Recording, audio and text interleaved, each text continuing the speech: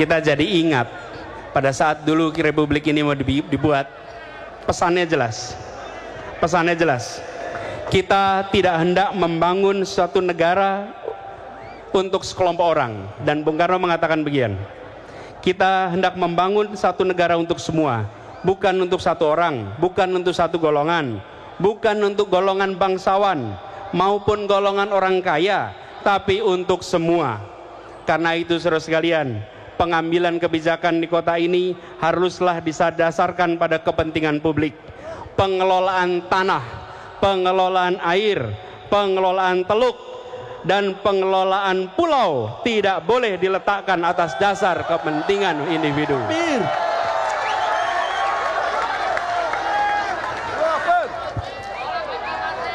Pengelolaan itu semua tidak boleh untuk kepentingan satu golongan, tidak boleh untuk kepentingan satu perhimpunan, tidak boleh untuk kepentingan satu korporasi, tetapi itu untuk kepentingan warga Jakarta semua.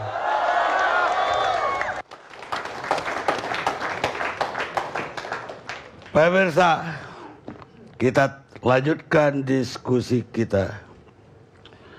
Saya mau ke Mustaqim Dahlan, Walhi Jakarta. Dari sisi Menteri Lingkungan kita udah dengar, dari sisi Anda sebagai LSM. Baik, makasih Bang Karni. Salam adil dan lestari. Bang Karni, ini ada saya membawa catatan rekomendasi, mungkin tadi dari DPRD dan Bu Titin dari KLHK, mungkin lupa membacakannya. Ada beberapa rekomendasi yang pada waktu itu diterbitkan bersama. Jadi setelah dinyatakan bahwa Pulau G, C, D itu dinyatakan gagal gitu, baik dari perspektif hukum karena izin pelaksana reklamasi yang dikeluarkan Pak Basuki Cahayapurnama pada waktu itu adalah Pergub, ya, izin pelaksana reklamasinya itu cacat. Karena apa? Izin prinsip baru selesai, kemudian baru perpanjang izin prinsip, izin lingkungannya juga, kemudian AMDALnya belum ada, kemudian Perda zonasinya juga belum ada, kemudian keluar izin pelaksana reklamasi. Nah, ini saya sudah sampaikan pada acara ILC waktu itu. Rekomendasinya sebenarnya saya langsung ke Pulau G saja. Karena di situ ada Pulau C, D, kemudian ada N dan pulau-pulau lain juga belum dibangun atau belum dilakukan kegiatan. Kajian teknis sosial ekonomi kebijakan, saya bacakan saja. Untuk Pulau G sudah memiliki izin prinsip dan izin pelaksana reklamasi. Kemudian potensi konflik dengan alur pelayaran layanan dari dan keluar dari pelabuhan perikanan Muara Angke.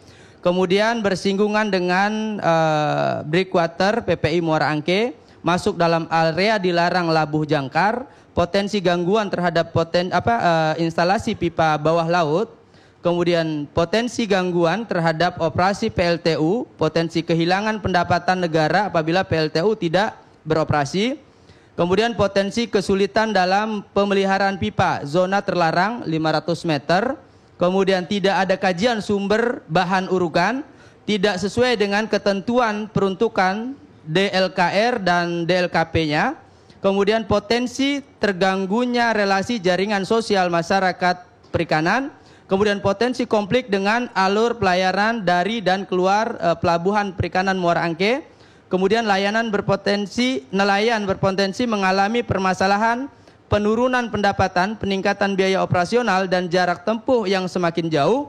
Kemudian yang terakhir rencana tanggul deflektor Pulau G dan breakwater ini Intel menutup kanal vertikal dan menimbun pipa alternatif. Prasyarat lain berupa pembangunan kombinasi wall kemudian deflektor akan mengganggu pelayaran dan menyulitkan dalam pemeliharaan pipa gas. Nah, ini juga sudah disebutkan tadi oleh nelayan, karena kami dari Koalisi Selamatkan Teluk Jakarta bahwa ini jelas, inilah yang ditutupi oleh pemerintah. Seharusnya ada kajian lingkungan hidup atau kenapa moratorium itu dilakukan, itu kan ada kajiannya, ada investigasinya. Hasil audit lingkungannya itu seharusnya dipublish. Tapi sampai hari ini ditutup-tutupi. Nah, rekomendasinya sangat menarik. Rekomendasinya ada tidak dilanjutkan dan izin dicabut. Itu rekomendasinya. Yang dicabut malah RR-nya pada waktu itu. Jadi malam di sini LC, kemudian bukan izinnya dicabut, kemudian Rizal Ramlinya yang dicabut. Nah, ini musibah buat kita. Nah, kemudian keterangan reklamasi sudah dilakukan 20%. Ini Pulau G. Kemudian apabila pembangunan tidak dilanjutkan, maka harus ada upaya untuk pengelolaan dampak material dari pulau reklamasi yang telah ada. Kalau kemarin dibilang Pulau G tidak ada masalah. Saya ini live in di Muara Angke itu dari tahun 99. Karena memang fokus saya di Teluk Jakarta.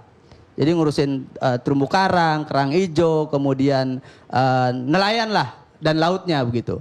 Nah, kalau kemudian sekarang ada rencana dari DPRD, tadi Bang Barus mengatakan akan dilanjutkan raperdanya. Raperda yang lama itu sudah kadaluarsa. Karena 3 kali bahkan 4 kali dilakukan upaya untuk memuluskan perda itu agar bisa mengesahkan izin pelaksana reklamasi yang dikeluarkan, pergub yang dikeluarkan gubernur sebelumnya, maka perdanya diudak gitu. Ketika perdanya diudak, maka disitulah ada terjadi ya jual beli pasal.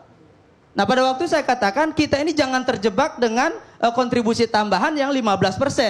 Jangan dulu itu, reklamasinya dulu yang bermasalah itu. Kemudian LBP juga kemarin di media juga mengatakan bahwa di situ cuma ada PLTU, kemudian di situ ada Pertamina, di situ ada perusahaan-perusahaan lain. Nah, tapi tidak disebutkan bahwa di Teluk Jakarta sebanyak 42 km di situ ada kehidupan nelayan. Nah, nelayan inilah yang harus dipikirkan gitu. Jangan kemudian dianggap ini tidak ada. Beberapa bulan yang lalu saya diundang oleh UGM, Fakultas Teknik, kemudian mengundang semua pakar di sana. Kemudian sama, BPPT juga memberikan slide gambar seakan-akan di situ cuma ada PLTU. Di situ ada pipa bawah laut. Tapi ada perumahan nelayan, kemudian ada perikanan, ada pelelangan, ada pelabuhan, ada kehidupan di situ. Mereka tidak tampilkan dengan slide yang begitu bagus. Maka saat itulah kawan-kawan akademisi di ITB menyatakan bahwa oh ternyata reklamasi Teluk Jakarta memang tidak layak gitu. Nah, ini kenapa ini dilakukan di UGM saat itu? Karena teman-teman atau senior-senior kami yang akademisi di ITB sebahagian sudah menyatakan bahwa reklamasi itu boleh gitu. Itu yang pertama. Kemudian yang kedua, kalau reklamasi dicatatkan untuk mengatasi banjir, ini harus dibedakan dulu reklamasi, nguruk laut sama tanggul raksasa. Jangan kemudian masyarakat ini dibuat bingung seakan-akan NCICD itulah proyeknya. Padahal kenyataan di lapangan nelayan ini lautnya diuruk. Kemudian pantai publiknya diprivatisasi. Masyarakat tidak boleh menikmati lautnya. Padahal dimanapun di seluruh dunia tidak ada pantai publik yang boleh diswastanisasi. Tidak ada pantai publik yang boleh dikapling-kapling. Nah, kemudian yang ketiga. Tadi sebenarnya saya mau bercerita tentang perspektif lingkungan. Karena tadi ada Bung Martin saya lihat. Tapi karena ada acara yang sama juga di LBH Jakarta berkaitan dengan reklamasi, maka saya akan jelaskan juga tentang izin atau pergub yang dikeluarkan oleh Pak Jarot. Ini juga sebenarnya cacat. Perdanya belum ada, tapi berani mengeluarkan izin pergub itu kita tulis di sini. Pergub nomor 137 tahun 2017 ini dikeluarkan pada tanggal 13 bulan 10. Tapi ditandatangani tanggal 2 Oktober gitu. Izin untuk apa? Untuk pemanfaatan lahan di Pulau G. Bagaimana pemanfaatan lahan di Pulau G bisa dikeluarkan? Ini kan seakan-akan dikejar gitu. Nah, maka coba teman-teman sekalian juga mungkin pemerhati KPK mungkin. Ya, di sini ada apa? Dengan adanya percepatan ini kita harus coba lakukan. Kalau tahun lalu kita berdebat dengan pemerintah mengatakan bahwa ini kewenangan Pemprov katanya. Sedangkan kami menyatakan ini ada KSN, kawasan strategi nasional. Ada Banten, ada Jakarta, kemudian ada Jawa Barat. Ini masuk wilayahnya KLHK, wilayahnya Kementerian Kelautan. Mereka tetap ngotot, tidak, ini punya Pemprov katanya. Tapi sekarang berbanding terbalik. Sekarang justru Pemprovnya tidak. Nah ini sebenarnya juga membingungkan kita. Tapi kalau sebenarnya kita mau fair gitu kan, hasil kajian yang sudah dilakukan kemarin agar ini tidak salah lagi, ini jelas-jelas salah karena merugikan nelayan. Dan perlu kita tahu bahwa negara ini adalah negara hukum. Di mana negara hukum ada pemerintahnya, ada hukumnya, kemudian ada rakyatnya. Nah jangan kemudian seakan-akan rakyatnya ini tidak ada, nelayan ini tidak ada. Nah perlu diketahui juga, kalau kemarin Jakarta melakukan tolak reklamasi Teluk Jakarta, dan alhamdulillah sekarang TV One sudah mempublish ini, logo tangan terkepal, ini warna biru, laut, dan itu sudah ada, berarti memang kita akan melakukan penolakan terus atas reklamasi Teluk Jakarta. Dan besok ada demo besar. Besok ada demo besar di Banten, di Gubernur Banten. Karena apa? Bapedanya mereka menyatakan tidak ada masalah dengan pengambilan pasir laut dari Banten. Tapi kenyataannya ada 62 anggota jaringan yang ada di Banten besok melakukan demo di kantor Gubernur Banten. Mungkin itu sementara. Terima kasih. Baik, terima kasih. Susah motong Anda ngomong tadi. Sekarang Ibu Fahira Idris sebagai DPD RI. Bang Karni, pertama saya hadir di sini sebagai senator DKI Jakarta yang mewakili warga DKI Jakarta. Saya mau ingatkan pemerintah pusat ya bahwa isu reklamasi ini kan bukan hanya isu elitis atau hanya segelintir orang saja yang tahu. Isu ini sudah menjadi obrolan di warung kopi, pembahasan yang panas di media sosial, pembicaraan di topik-topik forum mahasiswa dan lain sebagainya. Saya sebagai senator yang intensif berinteraksi dan berdialog dengan masyarakat, bukan hanya dengan nelayan, sangat merasakan keresahan warga saat ini. Bukan terhadap reklamasi atau apanya, tapi justru keresahannya adalah pada kenapa begitu ngototnya pemerintah pusat untuk melanjutkan proyek reklamasi ini. Artinya apa? Soal reklamasi ini masyarakat sudah sangat paham, ya. Tentang misalnya kerusakan lingkungan, ada pelanggaran dan penerabasan hukum, bukan hanya pelanggaran ya, tapi ada penerabasan hukum, ya.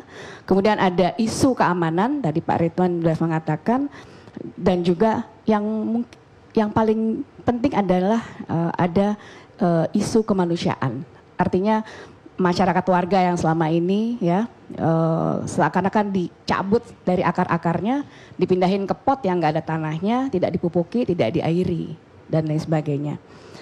Mengenai dampak tadi sudah dijelaskan ya bahwa dalam prosesnya saja kita belum bicara tentang 17.000 nelayan yang akan hilang aksesnya, belum juga bicara tentang warga kampung luar Batang, warga pasar ikan yang beberapa juga ke saya minta advokasi karena misalnya rusunnya tidak layak huni. Mau dihuni aja udah bocor, mereka tidur di musola, mereka tidur di lorong-lorong dan lain sebagainya. Tetapi ini juga sudah menyangkut nelayan-nelayan di wilayah lain. Katakanlah di Serang, Banten tadi ya, yang mengeluh tentang aktivitas pengambilan pasir di Pulau Tunda. Bayangkan Bang Karni, untuk membangun 17 pulau yang seluas 5.153 hektar, itu butuh 3,3 juta ton meter kubik pasir. Yang pastinya diambil dari luar wilayah Jakarta. Ada Serang, Banten, wilayah Jawa Barat lah. Jadi Bang Karni, tema diskusi atau topik malam ini sudah sangat tepat. Proyek reklamasi tak terbendung tanda tanya. Karena apa? Menurut saya memang ada usaha luar biasa, terutama dari pemerintah pusat agar proyek ini terus berjalan. tidak peduli adanya penolakan warga, tidak peduli dengan pelanggaran atau penerabasan hukum dan sebagainya. Kalau kita runut tadi Pak Karni sudah menjelaskan, diawali dari geger korupsi pembahasan Raperda, kemudian Pak Rizal Ramli saat itu menghentikan sementara proyek reklamasi, disusul dengan perdebatan sengit dengan Pak Ahok, yang akhirnya berakhir dengan Pak RR juga sudah tidak di kabinet lagi saat itu. Dan momen selanjutnya Pergub yang diterbitkan Pak Ahok di akhir masa jabatannya, saya mesti bacakan ini, yaitu Pergub nomor 206 tahun 2016, yaitu tentang panduan rancang kota Pulau C, Pulau D, dan Pulau E yang diterbitkan pada tanggal 25 Oktober 2016 yang syarat dengan berbagai pelanggaran. Kenapa melanggar? Karena aturan zonasinya atau raperdanya itu yaitu Raperda Rencana Tata Ruang Kawasan Strategis Pantura Jakarta dan Rencana Zonasi Wilayah Pesisir dan Pulau-Pulau Kecil belum disahkan. Izin reklamasi Pulau C, D, dan E dimiliki oleh PT KNI yang saat itu masih terkena sanksi administrasi moratorium reklamasi. Tetapi Pergub rancang kotanya sudah ada. Ini kan aneh Bang Karni. Kemudian juga tadi di sini kebetulan ada dari BPN ya, aneh juga tentang sertifikat hak guna bangunan yang diterbitkan oleh BPN yang hanya dalam waktu 1 hari. Tadi bayangkan, saya membayangkan apakah mungkin mengukur tanah seluas 312 hektar dalam 1 hari. Itu menurut saya tidak paham bagaimana cara mengukurnya, tiba-tiba besok langsung keluar. Sedangkan masalah pertahanan kita tahu pasti agak sulit gitu. Kemudian jelang pelantikan gubernur baru, keputusan pemerintah lewat Menko Maritim menghentikan moratorium. Lanjut lagi Pergub nomor 137 tahun 2017 tentang panduan rancangan kota Pulau G. Artinya Pergub ini kalau menurut saya sangat pro dengan pengembang. Tadi Bapak menanyakan ya, reklamasi ini buat siapa sih? Kenapa di Singapura reklamasi tidak bergejolak? Karena apa? Dilakukan oleh pemerintah dan semua direncanakan secara paripurna. Kalau ini kan kita seakan-akan rakyat versus pengembang di sini. Artinya, nah pertanyaannya tadi apakah bisa dibendung? Saya yakin bisa. Dasarnya apa? Dasarnya adalah sikap gubernur dan wakil gubernur yang sangat tegas menolak reklamasi. Dan saya yakin ini akan teguh dilaksanakan oleh Anies Sandi, apalagi di belakangnya warga DKI semua dukung ya. Saya sebagai warga ada payung hukumnya enggak? Ada. Kepres nomor 52 tahun 1995 tentang reklamasi pantai utara Jakarta menyebutkan bahwa wewenang dan tanggung jawab reklamasi Pantura berada pada gubernur DKI. Artinya apa? Gubernur bisa mengabaikan keputusan untuk melanjutkan reklamasi ini karena tanggung jawabnya ada di gubernur. Dan kewenangan gubernur ini tidak dicabut dalam Perpres nomor 54 tahun 2008 tentang penataan ruang kawasan Jakarta, Bogor, Depok, Tangerang, Bekasi, Puncak, dan Cianjur. Artinya kewenangan gubernur menghentikan reklamasi sangat kuat. Gitu Bang Karni. Apa yang harus dilakukan ya sayangnya memang mungkin saya juga agak ragu ya dengan sikap beberapa teman di DPRD ya, karena kan biar gimana juga tadi Pak Karni bilang bahwa keputusannya kan bukan hanya di gubernur saja gitu. Tetapi memang kalau menurut saya artinya gubernur harus meninjau ulang semua Pergub dari mulai Pergub nomor 206 tahun 2016, Pergub 137 tahun 2017 dan Pergub lain terkait reklamasi. Jadi jika ditemukan ada masalah segera cabut. Langkah selanjutnya adalah mempublikasikan dan umumkan kepada publik hasil kajian tim Anies Sandi. Jangan hasil kajian yang tadi Pak Ridwan bilang kaum intelek yang entah ada di mana posisinya. Ya, misalnya saja bisa diangkat tentang masalah keadilan dalam bertata ruang. Kan tata ruang itu prinsipnya adalah pembangunan yang aman, nyaman, produktif, berkelanjutan, dan mensejahterakan rakyat. Tetapi bila dalam mengatur tata ruang ini ada warga yang kehilangan pekerjaan, kehilangan mata pencaharian, kemudian tidak dapat artinya dapat rusun tapi yang tidak layak huni, yang sekarang saya sedang advokasi di Rusun Jatinegara. Ya. Kemudian artinya apa? Dia tidak memperhatikan sisi kemanusiaan, maka jelas reklamasi ini bertentangan dengan Pancasila. Ya, apalagi belum ada jaminan perubahan kesejahteraan selain rusun, ya, dan dermaga. Gitu. Oleh karena itu saya, Bang Karni sebagai Senator Jakarta tetap tidak akan mendukung reklamasi yang dijalankan dengan melanggar prinsip-prinsip Pancasila. Ya. Yang tidak menjunjung tinggi berkeadilan dalam pemanfaatan ruang, dan kita harus dukung Pak Gub dan Wagub dalam hal ini. Baik, terima kasih. Sekarang giliran Rocky Gerung.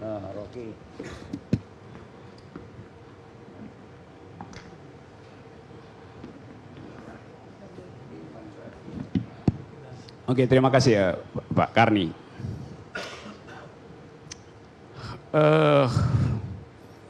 Kita kehilangan perspektif sebetulnya karena terlalu banyak variabel disodorkan pada problem Teluk Jakarta. Itu seperti orang yang sakit flu aja terus minum antibiotik berlebih itu, pakai balsem, kerokan. Jadi ini saatnya kita detoksifikasi dulu tuh. Masalahnya apa sebetulnya tuh? Nah, masalah ini muncul lagi 2 hari terakhir ini karena pidato dari Anies Baswedan. Dan seolah-olah bukan sekedar ada global warming, tapi ada local warming, pemanasan lokal di sekitar Monas. Karena di situ sekarang ada 2 matahari. Ada matahari yang terbit dari Merdeka Selatan, ada matahari yang terbit dari Merdeka Utara. Jadi panas terus Monas itu. Saya nggak tahu mana yang terbit dan mana yang akan terbenam itu. Jadi ini duduk perkaranya tuh. Tadi kalau saya ikuti, walaupun saya terlambat, pembicaraannya selalu tentang upaya untuk menambahkan insentif buat nelayan. Nanti dapat 15% lagi itu buat kepentingan rakyat. Nanti macam-macam nantinya tuh. Jadi dari awal desain tentang Teluk Jakarta itu tidak melibatkan rakyat, nelayan. Nelayan itu hanya lampiran di dalam pembuatan keputusan. Lampiran A, lampiran B, macam-macam tuh. Nah, kita tahu di dalam ilmu ekologi global, AMDAL itu adalah upaya untuk menghambat reklamasi itu. Di mana-mana kalau Anda belajar filosofi environmentalism, di ethics of environment, AMDAL dimaksudkan untuk restriksi, menghalangi. Di sini AMDAL dibikin justru untuk memudahkan. Kan ajaib filosofi hukumnya kan. Jadi itu faulty reasoningnya ada di situ. Jadi semacam orang yang ada pasien mesti dioperasi, udah dibius, baru ditensi. Itu yang terjadi itu. AMDALnya keluar setelah orangnya udah ada di meja operasi. Lo AMDALnya dimaksudkan untuk menghalangi operasi justru. Karena logikanya waktu orang debat tentang dasar dari filosofi environment, hukumnya bunyinya begini. Di dalam ekonomi, izin itu untuk memudahkan eksplorasi itu. Tapi di dalam ekologi, izin itu untuk menghalangi eksplorasi. Karena itu izin adalah untuk konservasi. Nah, pikiran ini nggak ada pada pemerintah, sehingga kita terus bicara tentang utility dari teluk itu. Nah, saya mau terangkan itu bukan dalam soal debat politik, tapi satu perspektif yang tidak diucapkan di dalam perdebatan publik adalah hak dari lingkungan. Kalau kita bilang, ya nanti kita bikinin rumah buat rakyat, itu penyelesaian korporasi, gampang sekali. Yang Anda pindahkan cuma tempat tidur nelayan, bukan mimpinya tuh. Itu nelayan nggak bergembira dengan lampu yang terang benderang, karena dia biasa dengan kerlap-kerlip lampu buat nangkap ikan tuh. Jadi silakan retweet. Jadi kita tidak paham sebetulnya apa artinya lingkungan. Dunia udah bicara tentang biosphere environmental ethics itu. Udah melampaui debat talk show segala macam. Bukan sekedar nelayan sebetulnya. Teluk itu adalah hak bumi untuk berlekuk. Teluk ada lekuk bumi, gak boleh dirusak. Juga teluk itu adalah hak remaja Jakarta untuk menikmati senja. Kalau sekarang ada bangunan di situ, ya mataharinya tuh tenggelam di balik mall, bukan di horizon. Jadi keindahan estetik kita diganggu oleh tabiat negara yang tidak paham tentang apa yang disebut logika ekologi itu. Hak remaja Jakarta sekarang kalau anda mau bercumbu, anda mau bikin puisi, anda nggak tahu mau bikin di mana tuh, karena nggak ada inspirasi, anda nggak bisa lihat pantai untuk membayangkan.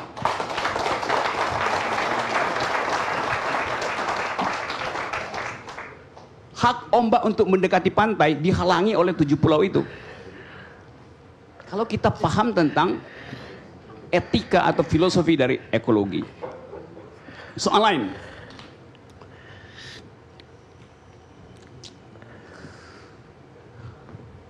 Kita berpikir bahwa hal-hal teknis bisa diatasi bila problem hukumnya selesai. Tapi yang diperlihatkan sekarang adalah ketergesa-gesaan untuk memproduksi legal document. Nah, setiap ketergesa-gesaan itu adalah teknik manipulasi. Jadi dari awal masalah ini sebetulnya bukan sekedar soal siapa yang ributnya, kan itu dari zaman Soeharto udah dibikin. Ya jangan-jangan juga Pati Gajah Mada udah berpikir untuk reklamasi itu. Itu agak ajaib cara kita melihat soal. Nah, bagi saya kita mesti, baik DPRD, politisi, intelektual, mesti paham tentang apa yang disebut inherent logics of environment. Kalau di ruangan ini Pak Karni injak seekor semut dan semut itu mati, maka ruangan ini bukan berarti ILC minus semut, tapi ruangan ini menjadi ruangan non ILC. Karena matinya semut itu akan meningkatkan dinginnya suhu ruangan ini. Karena kalor yang diproduksi oleh semut berhenti, metabolismenya berhenti, akibatnya ruangan ini akan menjadi dingin. Akibatnya adalah kita akan lebih sering pergi ke toilet. Akibatnya adalah reservoir Borobudur bertambah 0,0 sekian. Akibatnya Laut Jawa akan naik 0,0 sekian mikro. Dalam keadaan homeostatik, satu gejala kecil di Laut Jakarta bisa menenggelamkan seluruh Jawa Barat. Itu yang disebut logika ekologi. Yang orang nggak paham itu. Di dalam teori disebut sebagai butterfly effect.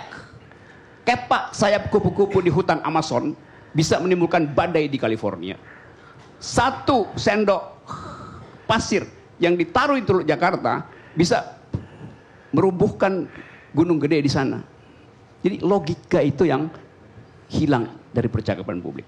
Nah, saya berharap bahwa di masa kepemimpinan gubernur sekarang, ujiannya adalah apakah Anies Sandi akan jadi leader sesuai janjinya atau dia akan jadi dealer. Di situ ujiannya. Terima kasih.